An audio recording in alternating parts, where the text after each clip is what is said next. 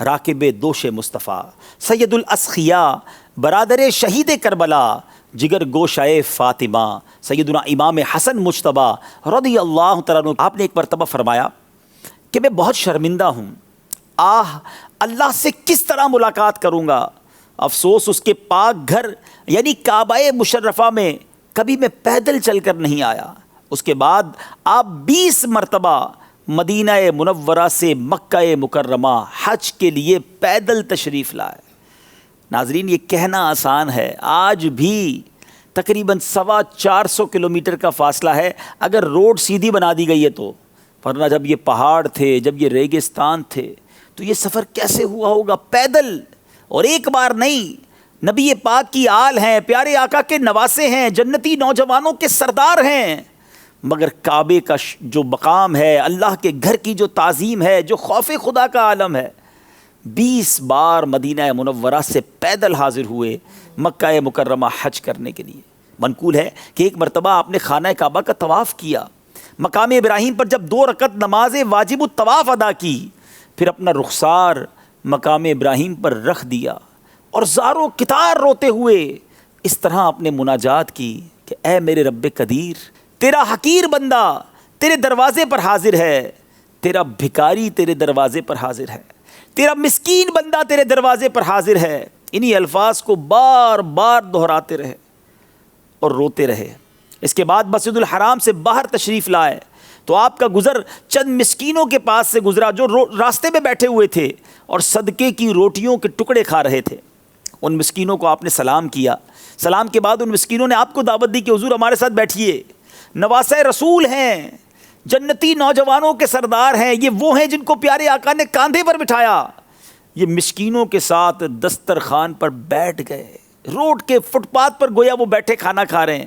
آپ نے ان کی حوصلہ افزائی کی، عاجزی کا منظر دیکھے کہ ان کے ساتھ بیٹھ گئے۔ فرمایا اگر یہ روٹیوں کے ٹکڑے صدقے کے نہ ہوتے تو میں آپ کے ساتھ ضرور کھانا کھاتا۔ اس کے بعد آپ ان مسکینوں کو اپنی قیام گاہ پر لے آئے، ایسے نہیں چھوڑ کر چلے گئے، ان کو اپنے گھر لائے اور سب کو عمدہ کھانا کھلایا اور رخصت ہوتے وقت سب کو درہم بھی عنایت فرمائے۔ کیا بات ہے، نبی پاک کی تربیت کا کیا شاہکار تھے یہ لوگ۔ ذرا غور کیجئے، یہاں 2 باتیں بڑی خوبصورت سیکھنے کو مل رہی ہیں اس واقعے سے۔ ایک تو کعبے کی عظمت، اللہ کے گھر میں حاضری کا انداز، وہاں خوف خدا کا عالم کیا ہونا چاہیے، وہاں اللہ کی بارگاہ میں فریاد کیسے کرنی چاہیے۔ ارے یہ لوگ تو بخشے بخشائے ہیں، جنتی نہیں فقط، ان کے صدقے ہم نے جنت میں جانا ہے، یہ تو جنتیوں کے سردار ہیں، مگر اللہ کی بارگاہ میں آنسو بہا رہے ہیں، دعائیں کر رہے ہیں، پیدل حج کو جا رہے ہیں۔ اور آج ہم میں سے جو لوگ حج کو جاتے ہیں، عمرے کو جاتے ہیں، ہنستے ہوئے، کہہ مارتے ہوئے، غفلت کا عالم ہے، سیلفی ہو رہی ہے، موبائل چل رہے ہیں، معاذ اللہ ادھر بھی گناہ ہو رہے ہیں، کعبے کو دیکھ کر بھی آنسو نہیں ہیں، وہاں بھی غفلت ہے، ایک آدھ بار تو دعا کر لی، اس کے بعد تو شاپنگ اور گھومنا پھرنا۔ نہیں میرے حاجیوں، یہ سفر اس لیے نہیں ہے کہ ہم فضول باتوں میں گزاریں، ہم غفلت میں گزاریں۔ مکہ پاک میں ایک ہیبت ہونی چاہیے دل پر کہ میں اللہ کی بارگاہ میں آیا ہوں، اللہ کے گھر پر آیا ہوں۔ اور جب بادشاہ کی بارگاہ میں ایک غلام جاتا ہے تو وہ ڈرا ہوا رہتا ہے کہ کہیں بادشاہ ناراض نہ ہو جائے، یہ تو احکم الحاکمین ہے، تو یہ رب العالمین کا گھر ہے۔ ادھر تو دل پر ایک کیفیت ہونی چاہیے، آنسو ہونے چاہیے، التجائیں ہونی چاہیے۔ خدا را ان واقعات کو سن کر اپنے اندر اس رقت کو پیدا کیجیے، اور پھر سبحان اللہ، اتنا بڑا مرتبہ ہے۔ اور مسکینوں کے ساتھ بیٹھ جانا، ان کو گھر لے آنا۔ آج ہمارا کیا حال ہوتا ہے؟ کیا ہم غریبوں کے ساتھ ایسا برتاؤ رکھتے ہیں؟ کیا ہم غریب لوگوں کے ساتھ بیٹھنا پسند کرتے ہیں؟ سیکھنا ہے مجھے اور آپ کو اہل بیت اطہار سے۔ جبھی تو جناب سیدی اعلیٰ حضرت لکھتے ہیں نا، وہ حسن مجتبیٰ سید الاسخیاء راکب دوش عزت پہ لاکھوں سلام۔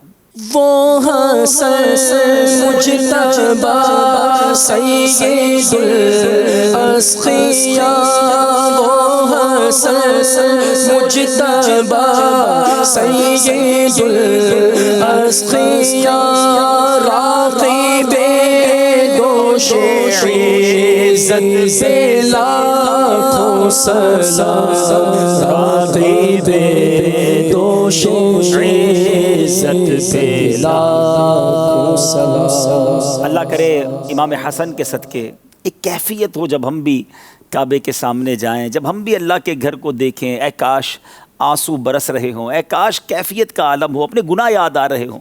سیدی مولانا حسن رضا خان صاحب لکھتے ہیں نا کہ جب یہ بندہ وہاں جاتا ہے نا تو اس کی کیفیت گویا ایک ہیبت بھی ہوتی ہے اور رحمت بھی پکار رہی ہوتی ہے۔ جو ہیبت سے رکے مجرم تو رحمت نے کہا بڑھ کر چلے آؤ چلے آؤ، یہ گھر رحمان کا گھر ہے۔ جو ہے بد سے روکے مجھے تو رحمت نے کہا بڑھ کر، جو ہے بد سے روکے مجھے تو رحمت نے کہا بڑھ کر چلے